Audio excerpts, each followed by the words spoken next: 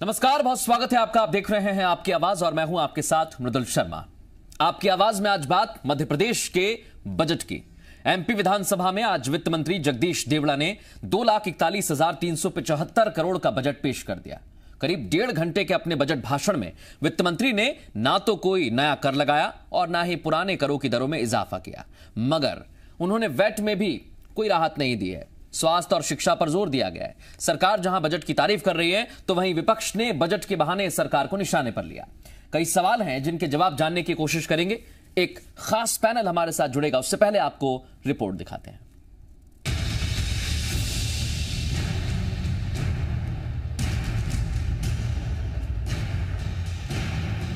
पहले घर के मंदिर में पूजा अर्चना और फिर न्यू मार्केट के हनुमान मंदिर में भगवान का आशीर्वाद लेकर एमपी के वित्त मंत्री जगदीश देवड़ा ने बजट पेश कर दिया।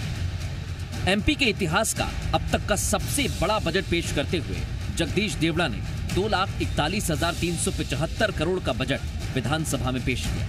आइए आपको बताते हैं इस बजट में क्या खास रहा। 24,200 नए शिक्षकों की भर्ती की जाएगी। 2,141 किलोमीटर लंबी सड़कें बनाई जाएंगी। फुट ओवर ब्रिज और पुलों का निर्माण भी कराया जाएगा। साथ ही 9 नए मेडिकल कॉलेज खोले जाएंगे। एमबीबीएस की 3,250 सीटें की जाएंगी। निरामय मिशन शुरू किया जाएगा। नल जल योजना के जरिए घर घर तक पानी पहुंचाया जाएगा। सोलर पार्क बनाए जाएंगे। हर जिले में महिला थाने खोले जाएंगे। सिंचाई का रकबा बढ़ाने के लिए काम किया जाएगा। साथ ही तीर्थ दर्शन योजना फिर से शुरू करने का ऐलान किया गया। सीएम शिवराज सिंह चौहान ने जहां बजट को आत्मनिर्भर मध्य प्रदेश को मजबूती देने वाला बताया, तो वहीं पूर्व सीएम कमलनाथ ने आरोप लगाया कि बजट झूठ का पुलिंदा है। जगदीश देवड़ा जी को बधाई देता हूं। विपरीत परिस्थितियों में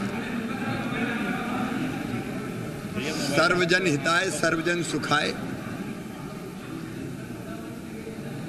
बजट है ये। और इस बजट के बारे में अगर मैं एक पंक्ति में कहूं तो सर्वे भवन्तु सुखिनः सर्वे सन्तु निरामया सर्वे भद्राणि पश्यन्तु का ये बजट है, जो मध्य प्रदेश को प्रगति और विकास के रास्ते पर ले जाकर आत्मनिर्भरता की दिशा में ले जाएगा और प्रधानमंत्री जी के आत्मनिर्भर भारत के सपने को भी सच करेगा। बड़े दुख के साथ मुझे कहना पड़ता है कि ये बजट केवल आंकड़ों का खेल है। आत्मनिर्भर आत्मनिर्भर आत्मनिर्भर, ये एक नया स्लोगन बन गया है। इस स्लोगन में सब कुछ फिट हो जाता है। ये आत्मनिर्भर प्रदेश की बात कर रहे हैं या आत्मनिर्भर भारतीय जनता पार्टी और भारतीय जनता पार्टी के नेताओं की कर रहे हैं। बजट पेश हो गया है। सरकार इस बजट की तारीफ कर रही है। बजट को रोजगार, शिक्षा, स्वास्थ्य और सुरक्षा देने वाला बजट बताया जा रहा है। तो वहीं कांग्रेस की अपनी दलील है। अब आप ही तय कीजिए कि बजट आपके लिए क्या लाया। ब्यूरो रिपोर्ट, जी मीडिया। तो आपने देख लिया, एक दूसरे पर आरोप जरूर लगाए जा रहे हैं, लेकिन मध्य प्रदेश के लिहाज से आप वहां के नागरिक हैं, आपको क्या मिला बजट में, यही आज हम चर्चा में जानने की कोशिश करेंगे। खास मेहमान हमारे साथ जुड़ेंगे। ओम प्रकाश सकलेचा, मध्य प्रदेश सरकार में एमएसएमई मंत्री है, थोड़ी देर में हमारे साथ जुड़ने वाले हैं।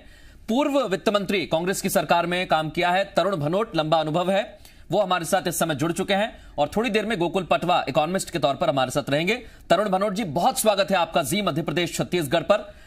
सबसे पहला सवाल यही, सबसे बड़ा बजट है, उम्मीद आपको थी सर? उम्मीद पूरी हो पा रही है?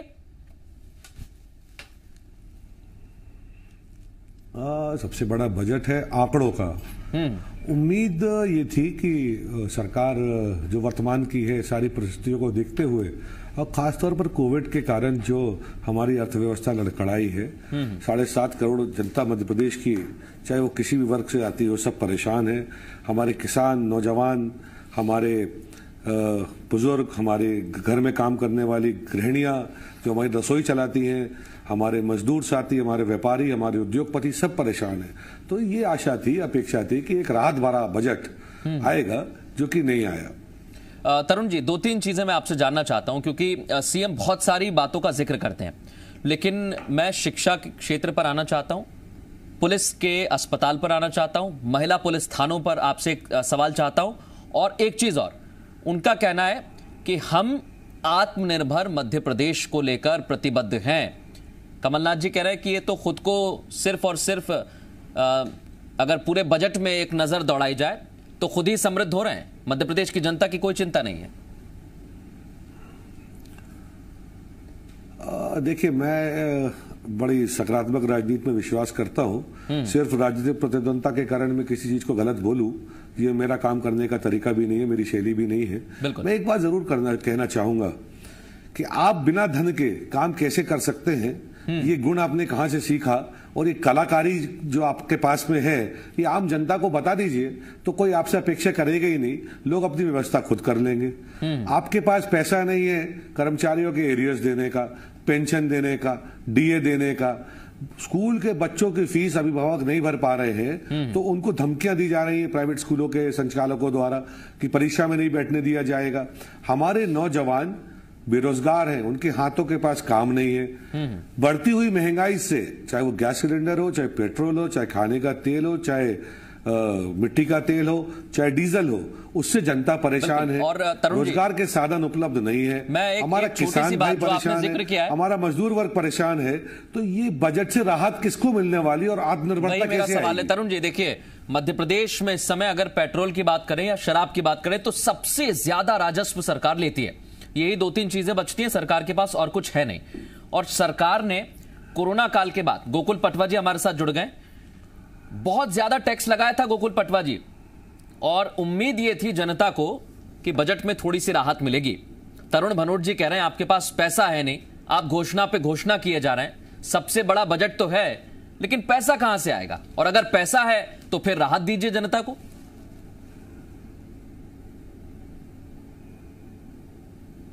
नहीं, आप ठीक कह रहे हैं, और मैं तरुण जी को भी बहुत ध्यान से सुन रहा था, और बतौर वित्त मंत्री ही नहीं, इसके पहले भी आप बड़ी सकारात्मक विचार भी रखते हैं, राजनीति भी करते हैं। जो एक बड़ा कड़वा सच है कि आपके पास जो आय है, आप उससे ज्यादा तो खर्च कैसे भी नहीं कर सकते।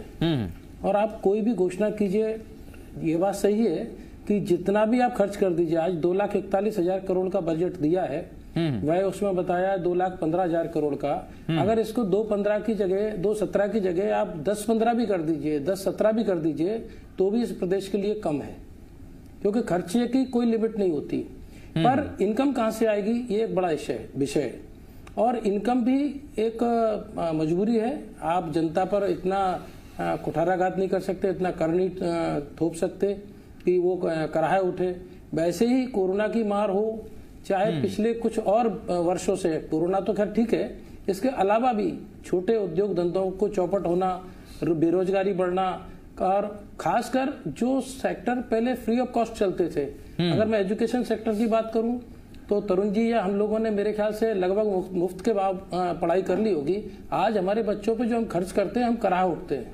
बिल्कुल। कितने पैसे वाला परिवार हो, कितने गरीब, खासतौर से मध्यम वर्गीय और गरीब परिवार की तो हालत ये है कि वो कल्पना भी नहीं कर सकता कि आज वो प्राइवेट में मेडिकल अपने बच्चे को एडमिशन करा पाए।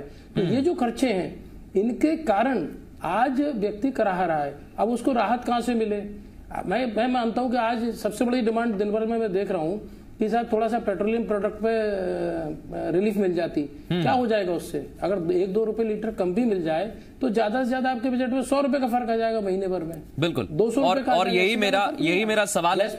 एमएसएमई मंत्री इस समय ओम प्रकाश सखलेचा जी हमारे साथ जुड़ गए। वो भी जो अपनी बात रखते हैं, एक दृढ़ निश्चय के तहत उन्होंने भी काम किया एमएसएमई के क्षेत्र में और अभी कर भी रहे हैं। ओम प्रकाश जी, तरुण जी भी हमारे साथ जुड़े हुए हैं, वो भी वित्त मंत्री रहे। उनका कहना है कि सरकार के पास आमदनी है नहीं, सरकार घोषणाएं कर रही है, खर्चा करने की बात कर रही है। पहला उन्होंने पूछा पैसा कहां से लाएंगे। मेरा सवाल अब इसमें मैं ये जोड़ता हूं, जब मुख्यमंत्री शिवराज सिंह चौहान कहते हैं दमोह में, आप चिंता मत करिए, सबसे ज्यादा पैसा है, पैसे की कोई कमी नहीं है। सर, जनता कह रही है कि पैसे की कमी नहीं है तो पेट्रोल डीजल के थोड़े दाम घटा दीजिए, लेकिन बजट में ऐसा हो नहीं पाया। सर देखिए, आज के इसमें मैं सबसे बड़ा वित्त मंत्री जी को इस बात का धन्यवाद दूंगा कि 1 रुपए का भी नया टैक्स नहीं लगाया। आफ्टर कोरोना की तकलीफ के बाद जितना भी हमारा डाइवर्जन हुआ, आज मैं इस बात का धन्यवाद दूंगा कि कांग्रेस के इतने बीमा के पैसे ना जमा कराने से लेके बीमा का पैसा किसानों का जमा करा के उनको पैसा दिलाकर 6,000 केंद्र सरकार के नाम बढ़ाते हुए 4,000 स्टेट का भी जोड़ के दे दिया। आज मैं इस बात का धन्यवाद देना चाहता हूं कि एक ऐसे विजन की जब सड़क, बिजली, पानी का एक पूर्ति करी स्टेट ने पिछले 15 वर्षों में, आज नई शिक्षा पद्धति पे बहुत बड़ा प्लान किया। अरे हमारे जिस प्रदेश या जिस गांव का बच्चा अच्छा शिक्षित हो जाए, सरकार 40-40 करोड़ के स्कूल बनाने के लिए जा रही है, तो वो भविष्य बना रही है। आज अगर मैं ऐसी बात करूं तो मैंने अभी देखा कि पिछले आज ही 11 नए क्लस्टर प्रदेश के 8 अलग अलग जिलों में दिल्ली से मेरे को स्वीकृति मिली। आज अगर मैं बात करूं तो मैंने इंदौर में पिछले हफ्ता फर्नीचर क्लस्टर की स्वीकृति दी, टॉय क्लस्टर की एक क्लस्टर में मैं फर्नीचर क्लस्टर जो मैंने अभी बनवाया 450 एकड़ में बनाया, उसका डेवलपमेंट भी वही एंटरप्रेन्योर कर रहे हैं और 5,000 करोड़ का इन्वेस्टमेंट कर रहे हैं। 12,000 नए लोगों का जॉब सृजन करेंगे और सबसे बड़ी खासियत उसमें तरुण जी समझते हैं, वो मेरी इस बात की सहमति देंगे ऑफ द ट्रैक। मैं आ रहा हूं तरुण जी, एक सवाल जोड़ देता हूं ओम प्रकाश जी, क्योंकि आप एमएसएमई मंत्री हैं। नहीं, तरुण जी भी मेरे साथ जुड़े हुए हैं। एक छोटा सवाल है, एक बड़ी बात बजट की, तरुण जी भी हमें सुन रहे हैं और जो युवा हैं इस समय मध्य प्रदेश के वो भी हमें सुन रहे होंगे। Start your business in 30 days, यानी 30 दिन के अंदर अपना धंधा शुरू कर लीजिए। आप तो एमएसएमई मंत्री हैं सर, छोटे उद्योग, लघु उद्योग, आप तो इनसे परिचित हैं सर। कैसे 30 दिन में धंधा शुरू करेंगे लोग?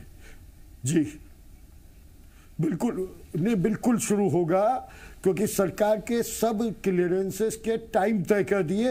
हमारे पास जो आवेदन आता है हम 30 दिन में उसको जमीन, क्योंकि इसीलिए हमें पॉलिसी में परिवर्तन करना पड़ा, क्योंकि आत्मनिर्भर भारत सबसे बड़ी इस बजट की मेन लाइन है और उसमें सबसे बड़ा job creation is the assignment.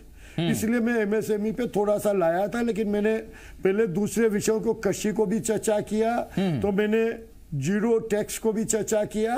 और अगर ये लेकिन ओम प्रकाश जी, मैं तरुण जी को चर्चा में लाऊं उससे पहले एक छोटा सवाल और है मेरा सर। आप मानिए सर, केंद्र सरकार ने भी एक्साइज ड्यूटी बढ़ाई। मैं वही आ रहा हूं तरुण जी, 1 सेकंड, बस 30 सेकंड का जवाब लूंगा। केंद्र सरकार ने भी कोरोना के बाद एक्साइज ड्यूटी बढ़ाई और सरकार ने भी बढ़ाया, राज्य सरकारों ने। लेकिन सर अब स्थिति थोड़ी बहुत सामान्य अगर देश की हुई है तो थोड़ा बहुत टैक्स कम कर दीजिए। जैसा गोकुल जी ने कहा कि आप 15-20 रुपए की राहत मत दीजिए, लेकिन 2-3 रुपए की राहत देंगे तो इससे थोड़ा बहुत जनता पर बोझ कम हो जाएगा और थोड़ा सा आपका बढ़ जाएगा। चलिए, ऐसा है तरुण जी से बस इतना सा पूछ ले, आज जितनी क्राइसिस में भी बिना टैक्स किया, जब इनके पास वित्त था तो इनने क्यों टैक्स बढ़ाया पेट्रोल डीजल पे? थोड़ा सा पूछ लीजिए। ठीक है, सुन रहे हैं आपको, वही आपकी बात का जवाब दे देंगे। बहुत आसान है। तरुण जी कुछ कहना भी चाह रहे हैं आपकी बात पर, आपकी बात पर कहना भी चाह रहे हैं कुछ? मैं ले आता हूं, दोनों को चर्चा में ले आता हूं। मेरा आपके माध्यम से ओम प्रकाश जी से, एक मिनट मैं वापस दे रहा हूं आपको समय सर, वापस दे रहा हूं। तरुण जी कुछ कह रहे हैं, आपको वापस समय दूंगा, निश्चिंत रहिए। कहिए तरुण जी।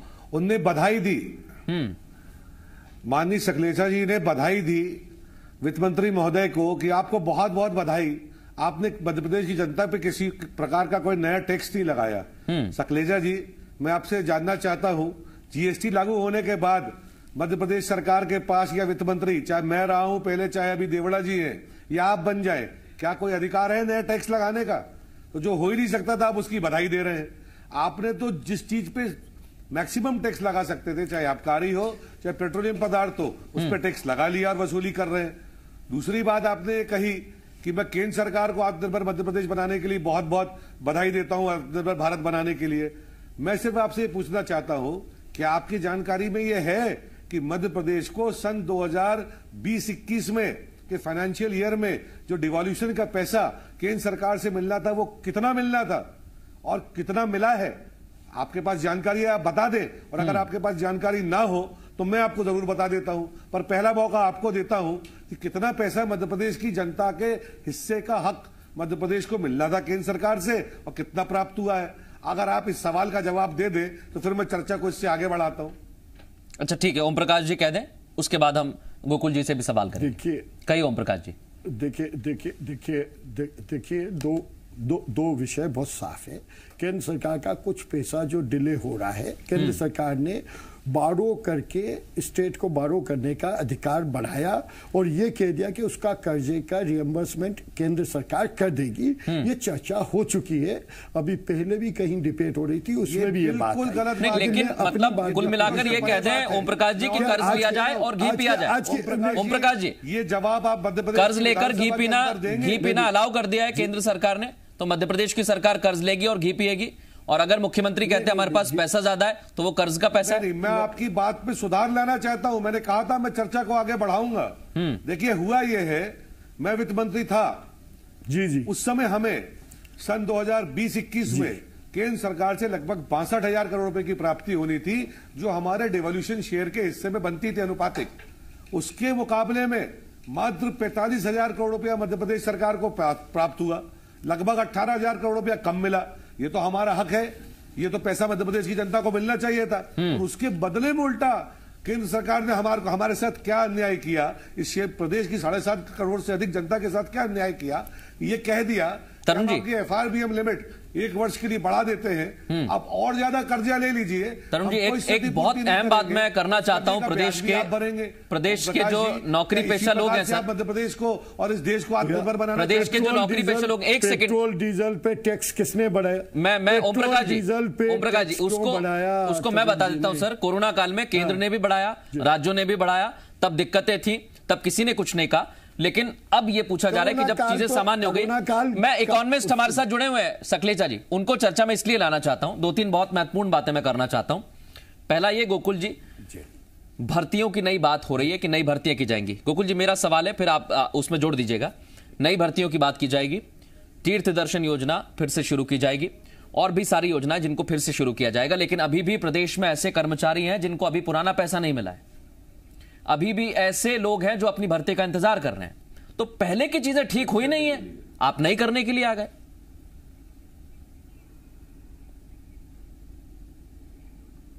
गोकुल जी कहिए। जी, देखिए, पहला प्रश्न तो मेरे दोनों बड़े भाई जैसे ही है। मेरा आदरणीय तरुण जी से प्रश्न है कि इस बजट में ऐसा क्या है जो आपके बजट से बुरा है, और सकलेचा जी आप बताएं कि तरुण जी ने जो बजट पेश किया था उसके मुकाबले आपने क्या बेहतर इस बजट में दिया। एक एक प्रश्न सिंपल सा, ये जनता जरूर जानना चाहेगी कि दोनों बजट में क्या डिफरेंस है, क्योंकि बजट मैकेनिकली लगभग एक जैसे होते हैं। नंबर 1। नंबर 2, एक और तरुण जी से प्रश्न है मेरा कि जो केंद्रीय सरकार से राशि आती है, कम आई है, ये तो जब किसी भी सरकार में डिफरेंस होता है। केंद्र में जब कांग्रेस की सरकार थी तो बीजेपी ये कहती थी, बीजेपी सरकार रही तो कांग्रेस ने एक बार ये कहा। पर मैं एक प्रश्न ये पूछना चाहता हूं, क्यों? क्या रोकने का कोई अधिकार है, और है तो कैसे? क्या हम स्टेट गवर्नमेंट जो जानकारी देती है उस पैसे को लेने के लिए, क्या उसमें कोई कमी रही है? क्या प्रशासनिक हमारी व्यवस्था में कोई कमी रही है? तो वो जनता को जरूर, क्योंकि ये प्रश्न रोज होते हैं, हर डिबेट में, हर बजट में होता है कि साहब हमें वहां से पैसा नहीं मिला। पर जैसे ही अगर कांग्रेस की गवर्नमेंट सेंट्रल में होती तो कोई परेशानी नहीं थी। आज भाजपा की दोनों जगह गवर्नमेंट है तो किसी को कोई परेशानी नहीं। ठीक है, पहले मैं ये पूछना चाहूंगा 30 सेकंड दोनों को दे देता हूं, आखिर वो पैसा क्यों नहीं मिलता। ठीक है, पहले सकलेचा जी आप जवाब दे दीजिए, फिर तरुण जी आप। मेरा उसमें ये कहना है, पटवा जी ने बहुत अच्छा प्रश्न पूछा कि इसमें नकारात्मक क्या है, हम इसका विरोध क्यों कर रहे हैं। मैं स्पष्ट रूप से ये कहना चाहता हूं कि हर सरकार ये चाहती है, और करना भी चाहिए, उसका दायित्व भी बनता है जनता की चुनी हुई सरकार का, कि सर्वहारा वर्ग की बेहतरी के लिए काम करे। पर आपके पास आय है नहीं, और आप प्रस्तावित कर रहे हैं कि हम ये करेंगे, तो पैसा आपके पास है नहीं। सिर्फ प्रस्तावना करने से काम थोड़ी होता है। दूसरा, आपने कहा कि आपके बजट में बेहतर क्या था। मैं आंकड़ों पे कह रहा हूं, और मैं आपके माध्यम से पूरे मध्य प्रदेश की जनता को आज भी जवाब दे रहा हूं। मध्य प्रदेश की विधानसभा के अंदर भी 24 तारीख को जब हम जवाब सरकार को देंगे तो भी रखेंगे कि हमने तो स्वीकार किए, सरकार ने आय बढ़ाने के स्रोत भी लाए थे, आय बढ़ाई भी थी। सिर्फ 15 माह के छोटे से बड़ी बात मैं इसी पर पूछना चाहता हूं सकलेचा जी से। 30 सेकंड का मेरे पास समय है। 250 करोड़ आमदनी का आपने जिक्र किया, हमने पहुंचाए सर, आमदनी का आपने जिक्र किया। प्रति व्यक्ति आय में सकलेचा जी कमी देखी जा रही है मध्य प्रदेश में, इसे बढ़ाने के लिए क्या ये बजट कारगर साबित होगा? देखिए, गरीबों का गरीबों का सबका पैसा इनने काट दिया, सिर्फ पेट्रोल डीजल पे टैक्स बढ़ा के। इनने किसका पैसा दिया? किसान का नहीं दिया, वादा करके इनने पैसा काट दिया। संबल योजना में काट दिया इनने। गर्भवती महिलाओं के 16,000 रुपए काट दिए। योजना भी बंद नहीं हुई थी। संबल में जो गड़बड़ियां थी हमने उसको बंद किया था और उससे बेहतर हमने तो गरीबों आप जो पेंशन थी। अरे लाए थे, लेकिन आज वो जिनके परिवार में आज भी वो परेशान हो रहे हैं, उनको पैसे नहीं मिल रहे। तो नौजवानों को रोजगारी भत्ता देना प्रस्तावित किया था, आपने उसके 15 साल पहले कुछ नहीं किया और अब आप ऐसा मध्य प्रदेश। ठीक है देखिए, आप दोनों के दावे ठीक है, लेकिन मेरे पास थोड़ा सा समय कम है। एक छोटी सी बात मैं यहां पर कहना चाहूंगा आप दोनों से। प्रदेश में इस समय थोड़ी सी राहत की उम्मीद है और जनता यही उम्मीद कर रही है कि पेट्रोल डीजल और शराब, जिस पर सबसे ज्यादा टैक्स लगता है, उसमें से पेट्रोल डीजल पर थोड़ा बहुत टैक्स कम कर दिया जाएगा तो राहत मिलेगी। लेकिन ऐसी कोई राहत तो नहीं मिली है। हालांकि कोई नया कर भी नहीं लगाया है सरकार ने, सरकार का कहना है, और राहत दी है। अब देखना होगा जनता इस पर कितनी मोहर लगाती है। उनके हाथ में नहीं था, बिल्कुल हाथ में नहीं था, लेकिन बहुत सारी चीजें ऐसी होती है ना तरुण जी की राज्य सरकारें कर सकती हैं जो हाथ में है, लेकिन उसके इतर ऐसा कुछ हो नहीं पाया है। बहुत बहुत शुक्रिया आप तीनों का। समय नहीं है मेरे पास, माफी चाहूंगा और सवाल नहीं ले पाऊंगा। बहुत शुक्रिया। लेकिन सबसे अहम सवाल यह है कि बहुत सारे ऐसे कर्मचारी हैं जिन्हें पैसे का इंतजार है, बहुत सारे ऐसे लोग हैं जिन्हें भर्ती का इंतजार है और सरकार ने नई घोषणा भी कर दी है। तो सवाल यह कि पुरानी का क्या होगा।